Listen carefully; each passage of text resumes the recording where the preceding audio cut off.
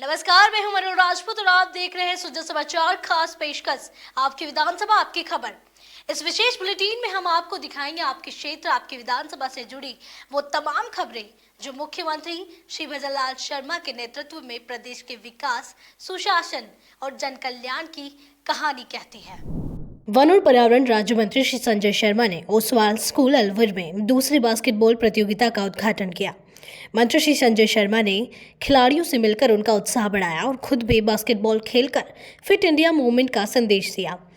उन्होंने कहा कि खेल शरीर और दिमाग दोनों को मजबूत बनाते हैं। बच्चों के विकास में शिक्षक बहुत महत्वपूर्ण भूमिका निभाते हैं। श्री संजय शर्मा ने प्रधानमंत्री श्री नरेंद्र मोदी के फिट इंडिया अभियान और केंद्रीय मंत्री श्री भूपेंद्र यादव की पहल से शुरू हुए अलवर सांसद खेल उत्सव का भी जिक्र किया। उन्होंने आयोजकों से कहा कि प्रतियोगिता में भाग लेने वाले सभी बच्चों को अलवर सांसद खेल उत्सव में पंजीकृत कराया जाए ताकि उन्हें बेहतर मौके मिल सके। जिन्होंने मुझे इस अवसर पर बुला करके आप सबसे मिलने का जो सौभाग्य प्रदान किया, साथ ही साथ मैं एक बात बताना चाहूंगा, क्योंकि Shri Oswal senior secondary school का अपने आप में एक नाम, जहाँ एक और इस विद्यालय में पढ़ने वाले बालक बालिकाओं को शिक्षण के प्रति अच्छी से अच्छी शिक्षा दी जाती है। और सबसे बड़ी खूबी इस बात की है, क्योंकि मैंने पहले भी पूर्व में कई बार फोन किए, जो जरूरतमंद बालक बालिका है उनको भी आप निःशुल्क शिक्षा पढ़ाने का या रियायती फीस पर शिक्षा पढ़ाने का काम करते हैं। और प्रयास ये रहता है कि इस विद्यालय में आने वाला बालक बालिकाओं को जिस प्रकार से शिल्पकार अपनी शिल्पी को निखारने के लिए अपना सर्वोच्च न्यौछावर करता है, इस शिक्षण संस्था में काम करने वाले हमारे गुरुजन उसी प्रकार से उस बालक बालिका को निखारने में एक शिल्पकार के नाते एक महत्वपूर्ण भूमिका अदा करते हैं। इस नाते भी मैं इस विद्यालय परिवार के सभी प्रबंध समिति को और विद्यालय परिवार में काम करने वाले हमारे सभी गुरुजनों को मेरी ओर से हार्दिक बधाई और हार्दिक शुभकामनाएं देना चाहूंगा। मैं इस के माध्यम से नमन जी को और पूरे परिवार को, आदरणीय हमारे महेंद्र जी, वैष्णव को, नरेंद्र जी, पूरे परिवार को इस मायने में भी धन्यवाद देना चाहूंगा, क्योंकि जो अभी जानकारी हम सबको मिली कि सामने वाली जो कांच वाली बिल्डिंग है वो भी आपके द्वारा बनाई गई है। और इसमें ऊपर वाले पोर्शन में लाइब्रेरी चलेगी और नीचे वाले पोर्शन में हमारे विद्यालय में पढ़ने वाले बालक बालिकाओं को संगीत के बारे में, कला क्षेत्र के बारे में जानकारी दी जाएगी। और जब भैया को लगा कि इसमें कला क्षेत्र और संगीत क्षेत्र की क्लासेस लगेंगी, तो आगे बढ़ करके अपने नेक कमाई में से, मैं तो कहता हूँ खून पसीने से कमाई हुई कमाई में से जो राशि देने का काम किया, और साथ ही साथ ये घोषणा करना कि जो जरूरतमंद बालक है या बालिका है उसका संपूर्ण खर्चा ये परिवार उठाएगा।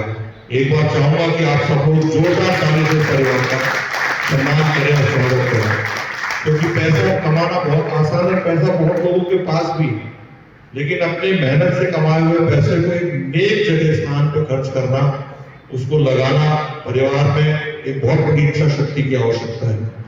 और मैं बताते हुए मुझे खुशी है कि हमारे जो सांसद हैं आदरणीय भूपेंद्र यादव, क्योंकि प्राय ये देखा जाता था कि सांसद बनने के बाद आदमी या तो राजनीति में व्यस्त हो जाता है या सड़क, पानी, नाली, बिजली उसमें उलझा रहता है। लेकिन माननीय सांसद महोदय का एक सोच है कि इस लोकसभा क्षेत्र में रहने वाले बालक बालिकाओं को अच्छी से अच्छी शिक्षा मिले और खेल कूद के माध्यम से उसका शारीरिक और मानसिक विकास, उसको लेकर के देश के यशस्वी प्रधानमंत्री आदरणीय नरेंद्र मोदी जी की प्रेरणा से उन्होंने सांसद खेलकूद उत्सव कार्यक्रम गत वर्ष शुरू किया।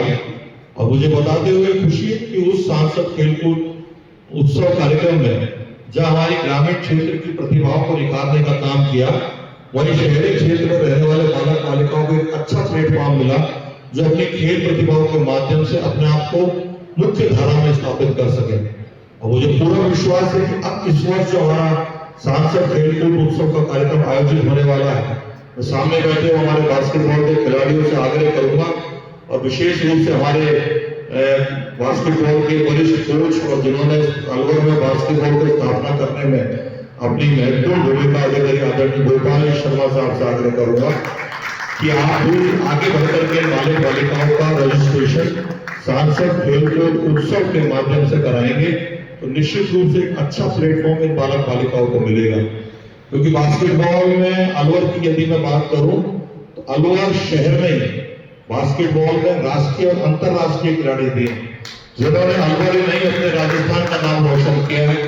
और मेरा ये विश्वास है कि आज सामने बैठे हुए ये खिलाड़ी भी राष्ट्रीय और अंतर्राष्ट्रीय स्तर पर बास्केटबॉल में अपना स्थान बना करके हमारे विद्यालय का, हमारे जिले का, हमारे शहर का नाम आगे बढ़ाएंगे। इस आशा और विश्वास के साथ कि आने वाले समय में आदरणीय प्रदीप जी सचेती साहब जो अल्प समय में नहीं ईश्वर के श्री चरणों में चले गए, उनकी यादें चिरस्थायी बनी रहेंगी। और जिस प्रकार से परिवार आगे बढ़कर के सहयोग कर रहा है, भगवान श्री राम उनको आगे बढ़ने में एक महत्वपूर्ण भूमिका अदा करे और इसी प्रकार से हम सब लोग मिलकर के खेल प्रतिभा को निखारने में शिक्षा के प्रति समर्पित होकर के हम सब लोग काम करें। आपने मुझे बुलाया, मुझे सम्मान दिया, उसके लिए पुनः धन्यवाद ज्ञापित करते हुए विशेष रूप से संस्था के माननीय अध्यक्ष जी का, सभी पदाधिकारियों का और सचेती परिवार के सभी हमारे बुजुर्गों का, वरिष्ठ जनों का, भैया का बहुत बहुत धन्यवाद ज्ञापित करते अपने वाणी को विराम दूंगा। जय भारत, जय। राजगढ़ में राष्ट्रीय बाल स्वास्थ्य कार्यक्रम की टीम ए ने दीवान जी का बाग और रामपुरा 2 के आंगनबाड़ी केंद्रों पर बच्चों का स्वास्थ्य परीक्षण किया। परीक्षण के दौरान पता चला कि अर्पिता और भाविका को हृदय में छेद की गंभीर बीमारी है। दोनों बच्चियों को टीम ए प्रभारी डॉक्टर दीपक सैनी और फार्मासिस्ट कैलाश सैनी ने तुरंत RBS की कार्ड बनाकर जिला अस्पताल रेफर किया। अब दोनों बच्चियां पूरी तरह स्वस्थ हैं और उन्हें नया जीवन मिला है। हमारी जो राजगढ़ ब्लॉक की जो RBS की टीम है, टीम ए के द्वारा जो फील्ड में छोटे बच्चे हैं उनका आंगनबाड़ी स्कूल में स्क्रीनिंग की जाती है, उसी स्क्रीनिंग के दौरान 2 बच्चे मिले। इसमें एक तो भाविका और एक अर्पिता।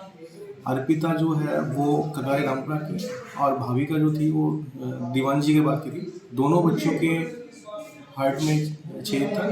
इसकी स्क्रीनिंग और करके हमने अलवर भिजवाया, उनको रेफ़र किया अलवर RBS की टीम के द्वारा। और वहाँ पे जो डॉक्टर DNO है, डॉक्टर अरविंद कुमार जी, उन्होंने उनको देखा। देखने के बाद में CMHO साहब और RCHO मैडम की मार्गदर्शन में उनको हमने जयपुर जो प्राइवेट हॉस्पिटल है, इंडस हॉस्पिटल और नारायण हृदय हॉस्पिटल में उनको वहाँ पे हमने उनका ट्रीटमेंट करवाया। जिसका एक बच्ची का तो 6 अक्टूबर को, दूसरी बच्ची का 10 अक्टूबर को एक सफल ऑपरेट हुआ। इसमें वर्तमान में दोनों बच्चियाँ ठीक हैं, स्वस्थ हैं और हमारी जो टीम है वो पूरे ब्लॉक में बहुत अच्छे से काम कर रही है। जो भी इस तरह के बच्चे जो मिल रहे हैं उनको हम ऑपरेट करवा रहे हैं, जिससे कि आमजन जो है वो खुश है। Thank you. राजगढ़ के उपखंड कार्यालय सभागार में मेडिकल रिलीफ सोसाइटी की बैठक आयोजित की गई। बैठक की अध्यक्षता राजगढ़ लक्ष्मणगढ़ विधायक श्री मांगीलाल मीणा ने की। BCMO डॉक्टर विशाल सिद्ध ने बताया कि बैठक में कई फैसले लिए गए हैं। ब्लॉक राजगढ़ में CSC राजगढ़ की MRS की बैठक का आयोजन किया गया, जिसमें विधायक साहब की अध्यक्षता में बैठक का आयोजन किया। उस बैठक में SDM मैडम और CSC इंचार्ज और सभी डॉक्टर्स, सारे मेंबर्स जो थे वो उपस्थित थे। बैठक में सर्वसम्मति से कुछ बिंदुओं पर निर्णय किया गया, जिसमें ये मेन जो बिंदु थे वो ये थे कि एक तो फायर सेफ्टी को लेके हमने कुछ एजेंडे थे, उसके लिए हमने बैठक करी। उसमें नगर पालिका से कोऑर्डिनेट करते हुए जल्द से जल्द फायर NOC के लिए और फायर रिक्रूटमेंट है उनके लिए हमने चर्चा की और उसमें सहमति बनी सभी के लिए। दूसरा हमने एक ये था कि जो सोनोग्राफी एक्सरे के लिए था, एक्सरे में जो हम एक नई मशीन के लिए भी हमने एक वो किया है, प्रस्ताव लिया, तो वो भी हमने सर्वसम्मति से पास हुआ। जो भी और आमजन के लिए सुविधा के लिए जो चीज़ की आवश्यकता थी वो सब हमने उसमें बैठक में लिया और उसके लिए सभी प्रस्ताव हमने पास किए। धन्यवाद। आयुक्त खाद्य सुरक्षा एवं औषधि नियंत्रण राजस्थान डॉक्टर T शुभमंगला के निर्देश पर प्रदेश में चलाए जा रहे शुद्ध आहार मिलावट पर वार अभियान के तहत सवाई माधोपुर में कार्रवाई की गई। CMHO सवाई माधोपुर डॉक्टर अनिल कुमार जैमिनी के नेतृत्व में food safety officer Shri Ved Prakash Purvia और श्री नीतीश गौतम की टीम ने भड़ोती और गंगापुर सिटी के कई मिष्ठान भंडारों से नमूने लिए। सभी नमूनों को खाद्य प्रयोगशाला जयपुर भेजा गया। रिपोर्ट आने के बाद खाद्य सुरक्षा एवं मानक अधिनियम 2006 और नियम 2011 के तहत सख्त कार्रवाई की जाएगी। स्वायत्त शासन राज्य मंत्री स्वतंत्र प्रभार श्री जाबर सिंह खन्ना हिंडौन सिटी में दौरे पर रहे। उन्होंने यहां आयोजित शहरी सेवा शिविरों का निरीक्षण किया और नागरिकों को मिल रही सेवाओं तथा उनकी समस्याओं के त्वरित समाधान की प्रक्रिया का जायजा लिया। मंत्री श्री खन्ना ने अधिकारियों को निर्देश दिए कि वे आमजन को सरकारी योजनाओं और सेवाओं का लाभ सरल और तेजी से उपलब्ध कराएं। उन्होंने विशेष रूप से पट्टा वितरण, भवन अनुज्ञा और अन्य नगर परिषद कार्यों की प्रगति की जानकारी ली। प्रदेश में चल रहे सेवा शिविर 2025 अभियान के तहत सुमेरपुर शहर में सभी 35 वार्डों के लिए पंचायत समिति सभागार में शिविर आयोजित किए जा रहे हैं। इन शिविरों में आमजन के विभिन्न कार्यों का निस्तारण किया जा रहा है। संयुक्त निदेशक एवं स्वायत्त शासन विभाग जयपुर से पाली सिरोही शिविर प्रभारी चंद ने शिविरों का निरीक्षण किया और प्रगति रिपोर्ट देखी। उन्होंने कहा कि सुमेरपुर में शिविरों में अच्छा कार्य हो रहा है और जनता के हित के कार्यों का प्रभावी निस्तारण हो रहा है। इसमें जनता से जुड़े हुए बहुत से काम किए गए इसमें करवाए जा रहे हैं। विशेष रूप से सरकार द्वारा पट्टों से संबंधित भी कहेगी जिन व्यक्तियों के चेन ऑफ डॉक्यूमेंट्स और कहेगी जो फॉर्मेलिटीज़ कहेगी पूरी करते हैं तो उनके पास में उपलब्धता होती है तो उन व्यक्तियों को हाथों हाथ इसमें पट्टे दिए जा रहे हैं। आज भी यहाँ पर सुमेरपुर नगर पालिका के कैंप में 69A और उप विभाजन के पट्टे वितरित किए गए हैं जो काफ़ी काम समय पर क्या है कि पूरा नहीं हो पाता था, वो आजकल के शिविरों के माध्यम से सभी लोगों को राहत प्रदान की जा रही है। विशेष रूप से इसमें प्रधानमंत्री स्वनिधि योजना के अंतर्गत भी नए व्यक्तियों की जो भी पिछले दिनों में योजना शुरू हुई है उसके फॉर्म यहाँ पर भरवाए गए हैं और इस शिविर के दौरान ही बहुत से लोगों को PM स्वनिधि योजना के अंतर्गत ऋण वितरण करवाया गया। और इसके साथ साथ ही जो प्रधानमंत्री आवास योजना जो पुरानी चल रही थी इसमें 1.5 लाख रुपए मिल रहे थे वो उनमें से जिन व्यक्तियों के आवास कंप्लीट हो गए उनको आज गए कि उनका गृह प्रवेश की कार्रवाई करवाएगी। इसके अलावा इन शिविरों के माध्यम से ही प्रधानमंत्री 2O जिसके अंतर्गत जिन व्यक्तियों के पास में पक्के आवास नहीं है उन व्यक्तियों को पक्का आवास बनाने के लिए 2.5 लाख रुपए की सैंक्शन जारी की गई है। शिविर के दौरान 24 लोगों को 12 लाख रुपए की सहायता इन शिविरों में वितरित की गई। नगर पालिका की कैसी रिपोर्ट है? नगर पालिका की रिपोर्ट बहुत ही अच्छा काम यहाँ पर क्या है कि सुमेरपुर में हो रहा है।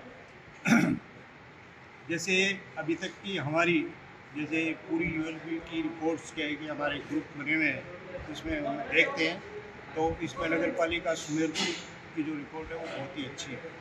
क्या क्या काम हो रहे हैं इसमें? इसमें एक तो विशेष रूप से जन्म मृत्यु पंजीयन का काम है और विवाह पंजीयन है और इसके अलावा जो साफ सफाई का है, पेच वर्क का है और लाइट का है। इसके अलावा भी कि जनता से जुड़े हुए जो नगर पालिका से संबंधित काम है वो क्या है कि इसमें विशेष रूप से करवाए जाए। क्या आंकड़ा रहा है नगर पालिका अभी तक शिविरों का?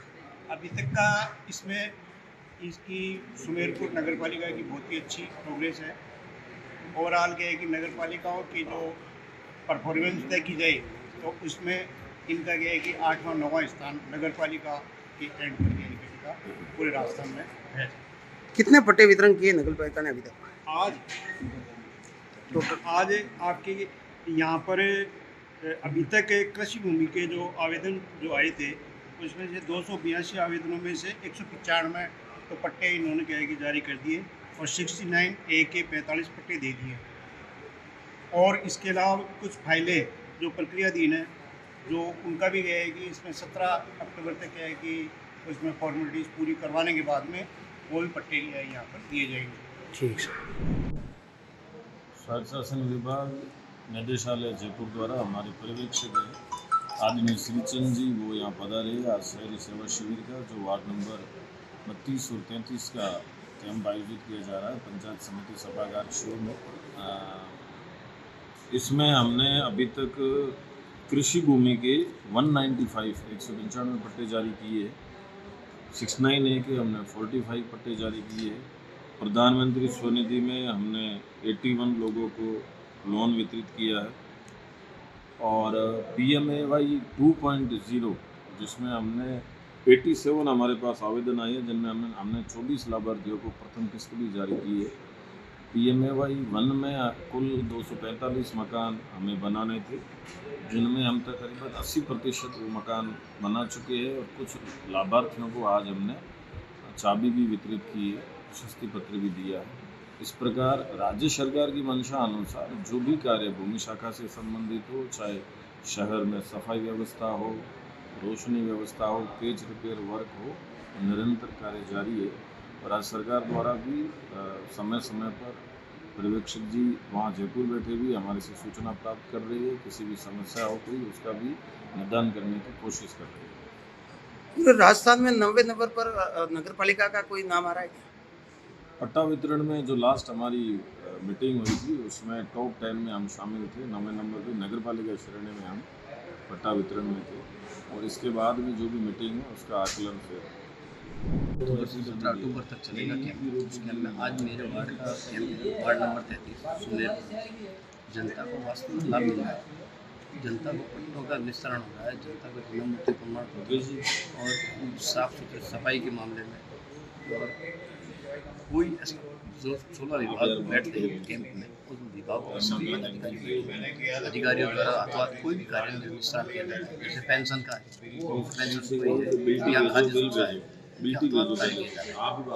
क्या जनता के सारे कार्य किए जा रहे हैं एक ही छत के नीचे? हमारा प्रयास है, मुमकिन बैठे गरीब से गरीब उस व्यक्ति को हम प्रयास करेंगे कि उसको लाभ मिले। आम जनता से क्या अपील करोगे आप? आम जनता से अपील करना चाह रहा हूँ, आम जनता इस कैंप में लाभ उठाए और इस कैंप का फायदा उठा, सरकार द्वारा चलाया जा रहा है। दीपोत्सव के मौके पर मिट्टी के दीयों की मांग बढ़ने लगी है। भले ही बाजार में चाइनीज इलेक्ट्रॉनिक लाइट की भरमार है, फिर भी लोग पारंपरिक मिट्टी के दिए खरीद रहे हैं। लोकल फॉर वोकल अभियान के तहत लोग मिट्टी के दियों को प्राथमिकता दे रहे हैं, जिससे दीयों की परंपरा फिर से जीवित हो रही है और कुम्हारों की आमदनी में भी बढ़ोतरी हो रही है। टिब्बी कस्बे की महिला कुम्हार रानी और सरोज ने बताया कि पहले दिए की कीमत 1 रुपये थी और आज भी वही है, जबकि मिट्टी और अन्य सामग्री महंगी हो गई है। हाँ, टिब्बी राजेंद्र बोलो जी। दियांग पुल काम चलने लग रही है और दियांग मांग पहला ना कुछ ज्यादा है, ठीक है। पहला कम बिकता, अब फुल बिक दिया और की आगे आगे रोजगार थोड़ा बढ़ना चाहिए। सारा मिट्टी का काम करा, सारा घर का लागा दिए की सुधार होना चाहिए। दियो थोड़ा बद बिकना, चाइनीज आइटम छोड़ो, भी मिट्टी को दियो जलाओ। 2 महीना पहला काम स्टार्ट करा, 50-60 हजार दियो, लाख दियो बना के सप्लाई करा की घर में और दिया जाए दे गाँव दिया। बाजार में इलेक्ट्रॉनिक लड़ियां आ गई, मांग में पहला ना हो तो कीन की सुधार है। पहला कोनी तो दियो चाल तो अब कीन की ये दियो बिका मारो। कितना टाइम पहले दीपावली पहला शुरू कर दियो काम? वो ये 3 महीना 2 महीना पहला स्टार्ट कर दिया काम। पूरा परिवार में? हाँ, पूरा बच्चा के सारा घर का के सब ने लागनो पड़ा। कोई मिट्टी तैयार करे, कोई की तैयार करे, कोई सब घर का लाग गया। फिर पकावा, कोई अंदर रखा है, कोई बाहर रखा है जी। तो दीपावली और थाने की उम्मीद है तो काम लाग रहे करने भी कोई प्रोसेस मिला माने कोई दीपावली पर कोई काम की बढ़ा वो तो आगे और काम बढ़ जाएगा, नहीं तो फिर और कितना परिवार है जिसको मतलब दिया बनाने को काम करा है? 7-5-6 जना बनावा है जी। हाँ, पूरा करा मिट्टी का काम सारा लाग रहा है, जोर लाग रहा है ये बनाने मिट्टी का दिया। तो हमारा काम है मिट्टी के बर्तन के लिए, तो हम बाहर से भी लाते हैं कुछ बर्तन, हम घर पे भी बनाते हैं। उनकी कलाकारी का जो प्रदर्शन करते हैं, तो बाहर शहरों में भी जैसे हम सेल करने के लिए जाते हैं और बाजार के अंदर भी हम सेल के लिए शॉप लगाते वगैरह हैं। तो हमारे पुराने बुजुर्ग भी ऐसे ही मतलब मिट्टी का काम करते आ रहे हैं, हम भी कर रहे हैं, तो आगे भी हमारी पीढ़ियां जो करेंगी। तो हमारा सबसे यही निवेदन है कि आगे भी जो लोग सेल करने जाते हैं या वही खरीदार है, जो भी ग्राहक है, वो अपील करते हैं भाई मिट्टी के बर्तन ज्यादा से ज्यादा उपयोग करें, क्योंकि उनसे जो मिट्टी के बर्तन है वो एक हानिकारक नहीं है बिल्कुल भी। जो स्टील लोग बर्तन है वो बहुत ज्यादा, आपको भी पता है, ये आजकल बहुत खराब कर रहे हैं। तो आपसे यही निवेदन करते। और ये जो हमारी मिट्टी है वो भी हमें दूर से लानी पड़ती है, जिससे हम बनाते हैं घड़े वगैरह, जो दिए दीपक हैं जलाते हैं लोग, ये इनके कुछ भी हानिकारक नहीं है, इनसे बहुत फायदेमंद है, ये खराब नहीं करते हैं। तो इससे क्या हमारा भी रोजगार जो है चलता है। इनके विरुद्ध ये हमारे साथ हैं। हाँ जी, मिट्टी काम करा जी 40 साल हो गए मान लो करतन है। फिर मिट्टी में क्या मेहनत बहुत है ज़्यादा, मोल मिट्टी आवे 5-6 हज़ार रुपये ट्राली आवे, झारों लकड़ी है यार, इतनी कमाई को नहीं कमा सूत्र में। ये तो थोड़ा सारा थन मेरा आजकल सोई काम हुआ है और मट्टी मुट्टी करा पहला गाड़ा है सुखावा, फिर गाड़ करना जी आटो गुंदा है, एक क्विंटल तो 2 क्विंटल मिट्टी गुंदा इन्हें और गूंद गूंद सारे सामने देख लो कि गुंदन ला रहा, इसमें कोई कमाई इतनी है कौन मार्जिन है। जगह चाइनीज चुनी सारे डलिया नहीं मारो सिस्टम सारो फेल करा दिए जी। हमें पहला बात तो मान लो 1000-12 सजी उतरा गए दिन में, फिर सुखावागा, फिर लकड़ लिया पकावा जी इकट्ठा कर गया। अच्छा यार मैं एक लोग मने कौन सारा दिन टब्बर लागे थी मजदूर से देख लो कितने परिवार जी लागे ला रहे हैं, मेहनत को बहुत ज्यादा देंगे। अरे चाइनीज हो गया जी, हाँ लड़ियाँ हो गई, अरे कूलर फ्रिज है हमारा मिनट का मुर्गे साबुन कम भी करना है। ठीक है दिहाड़ी हमारे साथ में तो ठीक रहे, कोई खास काम कर रहे हैं बड़ी मारा ये दिहाड़ी में काम करानी ये मेहनत करे देखा तो और दियो हमारा रुपये बढ़ा 100 रुपये बिका है। चैनल लड़ियाँ बिक जाती हैं दिए होनी चाहिए कम से कम 3 रुपये कीमत कोई 2 रुपये बनाए और अब सिर्फ नाम बनाए जमाने बेचना पड़ा मजदूरी दे गए। मैं तो ये कहना चाह भी दिवाली दिया मिट्टी का दिया खरीदना चाहे सारा कोई चीज जो लड़ियाँ नहीं चलानी चाहिए, पानी या तेल तो मजबूर तेल ही मारना चाहिए ड्राइवर। लोग लड़ियाँ लगा लिया मौत लगा लिया फिर मार ला दिया बज्जत हमारा काम खराब ही हो जाए, मान लो मेडिसिन बोली हो जाए हमारा और बच्चों हमारी सही तुम्हारी कमाई और लास्ट में जो बज्जत हमारा नुकसान बहुत ज्यादा हो जाए। दीपावली से पहले मुख्यमंत्री श्री भजन लाल शर्मा के निर्देश पर खाद्य सुरक्षा विभाग और प्रशासन ने मिलावटी खाद्य सामग्री के खिलाफ अभियान चलाया। इस दौरान सांचौर में 2 बड़ी कार्रवाई की गई। सबसे पहले एक्सिस बैंक के पास स्थित कन्हैया इंटरप्राइजेस से 945 लीटर लोकल अंबर गोल्ड ब्रांड तेल जब्त किया गया। जांच में तेल संदिग्ध गुणवत्ता का पाया गया और सोयाबीन तेल का नमूना लिया गया। दूसरी कार्रवाई शहर की प्रसिद्ध होटल नीरोज स्वीट्स एंड नमकीन पर की गई। यहाँ कचौरियाँ ऐसे तेल में तली जा रही थी जिसमें टीपीसी स्तर 38% तक पहुँच चुका था, जो स्वास्थ्य मानकों के लिए हानिकारक है। खाद्य सुरक्षा अधिकारी श्री विनोद कुमार ने उपभोक्ताओं से अपील की है कि वे खाद्य सामग्री खरीदते समय निर्माण और समाप्ति तिथि जरूर जांचें। अभियान लगातार जारी रहेगा। मुख्यमंत्री श्री भजन लाल शर्मा जोधपुर के महात्मा गांधी अस्पताल पहुंचे, जहां जैसलमेर में हुए बस हादसे में घायल लोग भर्ती थे। उन्होंने घायलों से बातचीत की और उनके पूर्ण इलाज के लिए जोधपुर मेडिकल कॉलेज के प्राचार्य श्री BS जोधा को आवश्यक दिशा निर्देश दिए। मुख्यमंत्री ने अस्पताल में घायलों के प्रति संवेदनशीलता दिखाई और अधिकारियों को निर्देश दिए कि राज्य सरकार के माध्यम से उनका संपूर्ण इलाज सुनिश्चित किया जाए। बस में भी कोई ऐसी है तो बस में बस के अंदर लोग मतलब बस की जो जिस बुरी तरीके से चली है बस, जो विस्फोट हुआ जिस तरीके से, मैंने कभी जिंदगी में नहीं देखा। सवाल ये पुलिस बॉडी तो वहाँ मिल चुकी है, एक रास्ते में कैजुअलिटी हो गई, ऐसे भी कोई बस में है क्या जो बुरी तरह से जल के खत्म हो गए? देखो बस के अंदर तो जो आर्मी ने निकालना था निकल गए, पर कोई ऐसी बॉडीज जो है जो बिल्कुल ही खाक हो गई उसका हम कह नहीं सकते। हम जो है DNA का टेस्टिंग कराएंगे और दूसरा हम जितने भी लोग हैं उनसे हम जांच कर रहे हैं कि भाई किसके सवारी किसकी चढ़ी, तो वो जो किसी के लोग जो है अगर किसी के परिवार के जो वापस घर नहीं आए वगैरह तो वो आइडेंटिफिकेशन एक अलग से है। सर एक सवाल और है सर, देखिए ऐसा है, देखिए आप पत्रिका ही नहीं, कोई भी नागरिक के साथ में कुछ भी होता है नहीं, मैं इसकी जांच मैं कल करा दूंगा। आपको बोला मेरा सवाल ये है कि कांच होता है उसके पास हैमर लगता है, हर गिलास के पास नहीं लगता था कि ऐसे हादसे में हर गिलास के पास से आदमी गिलास तोड़कर जो है बाहर निकल सके।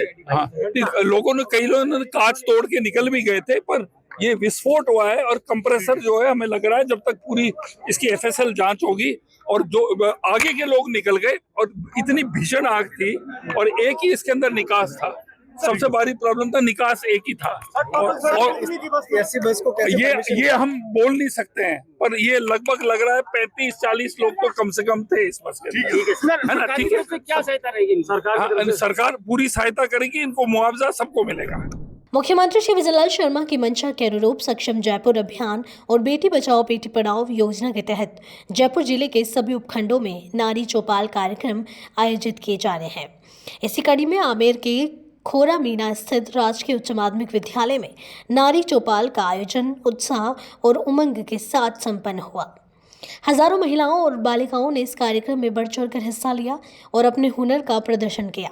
मारवाड़ी गीत, लोक नृत्य, नुक्कड़ नाटक और आत्मरक्षा प्रशिक्षण जैसी गतिविधियों ने चौपाल को जीवंत बना दिया। महिलाओं ने हम होंगे कामयाब और मेरा काम मेरा सम्मान प्रस्तुतियों के माध्यम से आत्मविश्वास और स्वावलंबन का संदेश दिया। जिला कलेक्टर श्री पीयूष समारिया ने जिला कलेक्ट्रेट सभागार में ग्रामीण विकास एवं पंचायती राज विभाग की समीक्षा बैठक में महात्मा गांधी नरेगा योजना, ग्रामीण सेवा शिविर, सांसद एवं विधायक कोष, CSR फंड से होने वाले कार्य, पंडित दीनदयाल उपाध्याय गरीबी मुक्त ग्राम योजना और SDRF के तहत मरम्मत कार्यों की प्रगति देखी गई। जिला कलेक्टर ने अधिकारियों को राज्य सरकार की योजनाओं और कार्यक्रमों के प्रभावी क्रियान्वयन के निर्देश दिए। उन्होंने कहा कि ग्रामीण सेवा शिविरों में किए जा सकने वाले कार्यों को प्राथमिकता दी जाए और तय लक्ष्य पूरे किए जाएं। राज्य सरकार द्वारा आयोजित शहरी सेवा शिविर में आमजन अपनी समस्याओं के समाधान के लिए लगातार आ रहे हैं। जयपुर हेरिटेज निगम की ओर से वार्ड 50 से 54 के निवासियों के लिए महिमा park Vivek Vihar metro station के पास शिविर लगाया गया। इस शिविर में 1650 से अधिक लोगों ने अपनी समस्याओं का निस्तारण कराया। सिविल लाइन जोन के उपायुक्त श्री सुनील कुमार बेरवा ने बताया कि अधिकांश शिकायतों का समाधान मौके पर ही किया गया। ज़्यादातर शिकायतें सीवर, सड़क, पेचवर्क, जन्म और मृत्यु प्रमाण पत्र, फायर NOC और विवाह प्रमाण पत्र से संबंधित थी। डिडवाना जिले के खुनखना स्थित राजकीय उच्च माध्यमिक विद्यालय में छात्रों को लोकतंत्र और चुनाव प्रक्रिया से अवगत कराने के लिए मॉक चुनाव का आयोजन किया गया। विद्यालय परिसर को मतदान केंद्र की तरह सजाया गया। छात्रों और शिक्षकों ने प्रेसिडिंग ऑफिसर और अन्य जिम्मेदारियों का निर्वाह किया। इस दौरान मतदाता पहचान, मत डालने की प्रक्रिया और मतगणना जैसी पूरी प्रक्रिया का व्यवहारिक प्रदर्शन किया गया। प्राचार्य मसरत जहां और श्री देवकरण भूरिया ने छात्रों को संबोधित करते हुए कहा कि चुनाव लोकतंत्र का मजबूत स्तंभ है। इस अनुभव से छात्र स्वतंत्र और निष्पक्ष चुनाव की महत्ता समझ पाएंगे और जिम्मेदार नागरिक बनने की दिशा में प्रेरित होंगे। आज government senior secondary school Khunkhuna में मतदान की प्रक्रिया को संपन्न कराया गया। इसमें विद्यार्थियों और शिक्षकों ने मिलकर विधानसभा, लोकसभा या सरपंच के चुनाव की जैसी प्रक्रिया होती है उसके अनुसार मतदान दल का गठन किया गया, मतदान बूथ का निर्माण किया गया, मत पेटियां बनाई गई, मतपत्रों का निर्माण किया गया और संपूर्ण चुनावी प्रक्रिया को टीम सहित संपन्न कराया गया। इसका मुख्य उद्देश्य ये रहा कि इससे बच्चों को चुनावी प्रक्रिया की समझ हुई कि किस प्रकार से हमारे लोकतंत्र में चुनाव प्रक्रिया को निष्पक्ष एवं पारदर्शी तरीके से संपन्न करवाया जाता है और वोट के अधिकार का क्या मूल्य है इसका अवगत करवाएगा, ताकि बच्चे अपने पेरेंट्स को जाकर इसके बारे में बताएंगे, इसका प्रचार प्रसार करेंगे और लोकतंत्र की मजबूती के लिए वोट, प्रत्येक वयस्क को वोट देने का अधिकार जो है उसका अपना प्रयोग करके चुनाव की मजबूती, लोकतंत्र की मजबूती में अपना योगदान करेंगे। जय हिंद। बाल विकास परियोजना के तहत रामगढ़ में 8वां पोषण मेला उत्साह और उमंग के साथ आयोजित किया गया। मेले में कस्बे की सभी आंगनवाड़ी कार्यकर्ताओं ने भाग लिया और गर्भवती महिलाओं व छोटे बच्चों की माताओं के लिए पोषण सामग्री की प्रदर्शनी लगाई। मुख्य अतिथि CDPO नीलिमा पाठक ने उपस्थित महिलाओं को स्वास्थ्य, पोषण, संतुलित आहार, टीकाकरण और स्वच्छता के महत्व के बारे में जानकारी दी। उन्होंने कहा कि स्वस्थ मां ही स्वस्थ बच्चे की नींव रखती है, इसलिए गर्भावस्था से लेकर प्रसव तक सही आहार और देखभाल बेहद जरूरी है। दीपावली के त्योहार को देखते हुए खाद्य सुरक्षा विभाग ने डीग शहर के मुख्य बाजार और बस स्टैंड पर शुद्ध आहार मिलावट पर विशेष अभियान चलाया। खाद्य सुरक्षा अधिकारी श्री नरेंद्र कुमार सेन ने बताया कि इस दौरान मिलावट करने वाले दुकानदार अपनी दुकानों को बंद कर भाग गए। मुख्य बाजार में अनामिका स्वीट हाउस से मावा, शर्मा स्वीट से कलाकंद, जैन मिष्ठान भंडार से मावा और कलाकंद तथा अम्बे मिष्ठान भंडार से सोन पापड़ी के नमूने लिए गए। मुख्य बाजार में अनामिका स्वीट हाउस से मावा शर्मा स्वीट से कलाकंद, जैन मिष्ठान भंडार से मावा और कलाकंद तथा अम्बे मिष्ठान भंडार से सोन पापड़ी के नमूने लिए गए। सभी नमूनों को जांच के लिए प्रयोगशाला भेजा गया है। रिपोर्ट आने के बाद खाद्य सुरक्षा व मानक अधिनियम के तहत आवश्यक कानूनी कार्रवाई की जाएगी। श्रीगंगानगर के सूरतगढ़ में वार्ड नंबर 4 में सिटी थाना पुलिस ने हिस्ट्री शीटर की 60 लाख रुपए की अवैध कब्जा शुदा संपत्ति को बुलडोजर के जरिए कब्जा मुक्त कर नगर पालिका को सुपुर्द किया। श्रीगंगानगर एसपी डॉक्टर अमृता दोहन ने बताया कि ऑपरेशन फ्रेज के माध्यम से अपराध से अर्जित अवैध संपत्ति पर कानूनी कार्रवाई की जा रही है। उन्होंने आपराधिक तत्वों को चेतावनी दी कि यदि वे अपने बाहुबल या अन्य अपराधों के जरिए अवैध संपत्ति अर्जित करेंगे तो उनका यही अंजाम होगा। एसपी डॉक्टर अमृता दोहन ने आमजन से अपील की कि वे अपराध और अवैध संपत्ति की जानकारी उनके निजी व्हाट्सएप नंबर 8764513201 पर पुलिस को दें ताकि कानून के तहत कार्रवाई की जा सके। अभी कुछ ही दिनों पहले सूरतगढ़ शहर में एक हिस्ट्री शीटर विक्रम मील के द्वारा फायरिंग करके एक व्यक्ति की हत्या कर दी गई थी। उसी में हमने पता किया विक्रम मील हिस्ट्री शीटर है थाने का और उसने एक जो नगर पालिका की बेशकीमती जमीन पर जिसकी अनुमानित कीमत लगभग 60 लाख है उस पर अतिक्रमण किया था। उस अतिक्रमण को आज नगर पालिका से की मदद से विधि सम्मत रूप से उसे अतिक्रमण मुक्त कराया है, बाड़ा हटाया है। उसमें अपने पशु रखे थे तो उसको सबको ध्वस्त किया है, वापस नगर पालिका को सुपुर्द किया। तो ये सभी अपराधी हिस्ट्री शीटर्स के लिए भी एक स्पष्ट मैसेज है, अगर आपने अपराध से या अपने बाहुबल से किसी भी प्रॉपर्टी पर इस तरह से अवैध कब्जा करेंगे तो हमारी नजर आप पर है और हम आपके विरुद्ध सख्त से सख्त कार्रवाई करेंगे। मेरा वापस आमजन से अनुरोध है कि आप मेरे खुद के पर्सनल व्हाट्सएप नंबर पर इन अपराधियों की संपत्ति का आप ब्यौरा मेरे पास भेजें। मेरा व्हाट्सएप नंबर है 87 645 201। लोणी क्षेत्र के सरेचा गांव की गीता देवी ने अपनी कला और मेहनत से प्रधानमंत्री श्री नरेंद्र मोदी की 5 फीट ऊंची और 4 फीट चौड़ी तस्वीर सूती धागों से तैयार की है। गीता देवी के पति श्री भंवरलाल पटेल ने बताया कि यह तस्वीर पूरी तरह हाथों से बनाई गई है और दीवार पर सजाने योग्य है। ग्रामीण क्षेत्र की इस महिला कलाकार की मेहनत और सृजनशीलता की पूरे इलाके में चर्चा हो रही है। यह अनोखी कलाकृति प्रधानमंत्री श्री मोदी के प्रति ग्रामीण भारत की श्रद्धा और प्रेरणा का प्रतीक बन गई है। गीता देवी ने बताया कि इसे किसी भाजपा कार्यालय में रखा जाएगा और इससे मिलने वाली राशि भारतीय सेना को दान की जाएगी। मैं एक छोटी सी डाणिया में रहती हूँ।